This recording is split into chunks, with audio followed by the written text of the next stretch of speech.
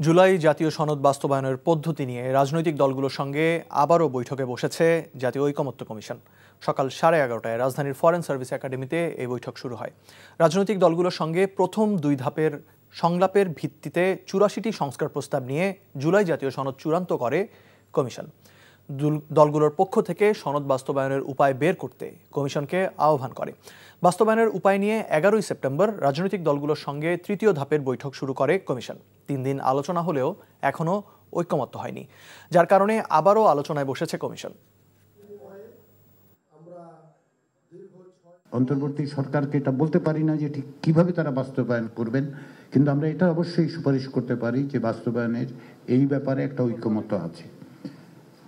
আমরা সেরকম একটা স্বপ্ন এবং প্রত্যাশা নিয়ে আজকে এসেছি এখানে, যে কমিশন মনে করে সম্ভবত আপনারা সকলে মিলে আলাপ আলোচনার মধ্যে দিয়ে এক জায়গায় আসতে। জাতীয় ঐকমত্য কমিশনের সবশেষ খবর জানাতে রাজধানীর ফরেন সার্ভিস একাডেমিতে আছেন স্টাফ করেসপন্ডেন্ট নাজিবুর রহমান। সরাসরি যাচ্ছি তার কাছে। নাজিব, জুলাই সনদ বাস্তবায়নের বিষয়ে দলগুলোর কোনো বক্তব্য জানতে পেরেছেন কিনা? কমিশনই বা কি বলছে?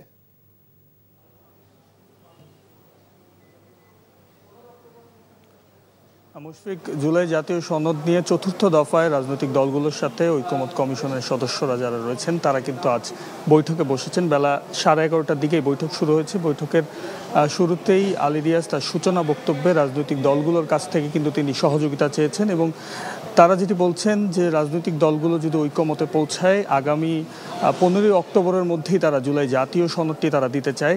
আপনারা নিশ্চয়ই জানেন যে ফেব্রুয়ারির প্রথমার্ধে যেই নির্বাচনের ঘোষণা অন্তর্বর্তী সরকার দিয়েছে সেটি বাস্তবায়নের ক্ষেত্রে এই জুলাই জাতীয় সনদটি যত দ্রুত সম্ভব তারা দিতে চায়, এমনটি কমিশনের পক্ষ থেকে আলী রিয়াজ বলেছেন। এবং এই একদিন এবং আগামীকালের মধ্যে রাজনৈতিক দলগুলোর মধ্যে ঐকমতে পৌঁছানোর ব্যাপারে তিনি বলছেন। এবং আপনারা নিশ্চয়ই জানেন যে এই 3টি দফায় যেই 84টি প্রস্তাবের মধ্যে ঐকমতে পৌঁছেছেন রাজনৈতিক দলগুলো, সেগুলো কিছু নির্বাহী আদেশ এবং সাংবিধানিক যে সকল বিষয়গুলো বাস্তবায়নের কথা রয়েছে সেগুলো নিয়েই কিন্তু টানাপোড়েন রয়েছে প্রধান 2 রাজনৈতিক দল জামায়াত এবং বিএনপির মধ্যে, এবং এনসিপিও গণপরিষদ নির্বাচনটি চায়। তো এই বিষয়টি নিয়েই কিন্তু মূলত রাজনৈতিক ঐকমতে এখনো পর্যন্ত পৌঁছানো যায়নি।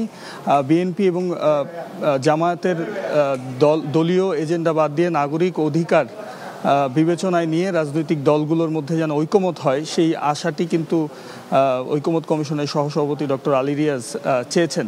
এবং সেই সাথে আরও যদি একটু বলে রাখি যে বিভিন্ন রাজনৈতিক দলগুলো এখানে এসেছেন এবং তারা যেটি বলছেন যে সকল সাংবিধানিক যে সকল সংস্কারগুলো প্রস্তাব এই ঐকমত্য কমিশনে উঠেছে সেই প্রস্তাবগুলো জাতীয় নির্বাচনের পরবর্তী সময়ে যারা বাস্তবায়ন করবে সে ব্যাপারে যেন তারা কাঠামো তৈরি করে, আইনি কাঠামো চেয়েছেন অনেক রাজনৈতিক দল। সেই বাস্তবায়ন প্রক্রিয়াটা আসলে কিভাবে হবে সে বিষয়ে কিন্তু কোনো ধরনের ঐকমত এখনো হয়নি। এবং আগামী 1 দিন বা 2 দিনের আলোচনায় সে বিষয়ে যখন ঐকমতে তারা পৌঁছাবেন সে ব্যাপারে হয়তো সনদের বাস্তবায়ন প্রক্রিয়াটি চূড়ান্ত হবে, এমনটি বলেছে ঐকমত্য কমিশন। এবং ঐকমত্য কমিশন থেকে যেই দলগুলো স্বাক্ষরের ব্যাপারে প্রতিনিধি প্রেরণের কথা বলছেন 2/3 দল কিন্তু ইতিমধ্যেই তারা প্রতিনিধি দিয়েছেন এবং কিছু দল বাকি আছে সে ব্যাপারেও জানিয়েছেন ডক্টর আলী রিয়াজ। এই ছিল আমার কাছে সর্বশেষ। মুশফিক, জানছিলাম জাতীয় ঐকমত্য কমিশনের সবশেষ খবর। বান্ডেল থাকলে প্রতি সেনমানিতে টাকা বাঁচবে। বিকাশ সেনমানি বান্ডেল কিনে জিতুন প্রতি লেনদেনে। এতদিন শুনছি চান্দে অমাবস্যা লাগে, আজকে দেখলাম সূর্যে অমাবস্যা লাগে।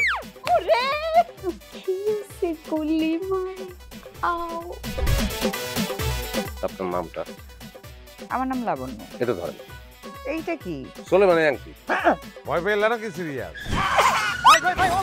আমগো চোখে তো এখন কাঠের চশমা। 2টা খেজুর কাটা নিয়ে চক্ষু 2টা উঠানো হইলে আমারে দান করে দিন। কারো পোষ মাছ আর কারো সর্বনাশ। নাই রে নাই, আমার বাপে নাই। এই হারামজাদা, হাতে কি গ্রামের মাসে তোর আটকা জলিল কর। এই আমার ঘরে 3-3টা বউ এতিম হয়ে যেতাম। বস্তালা আবার ঢুকা। এই এই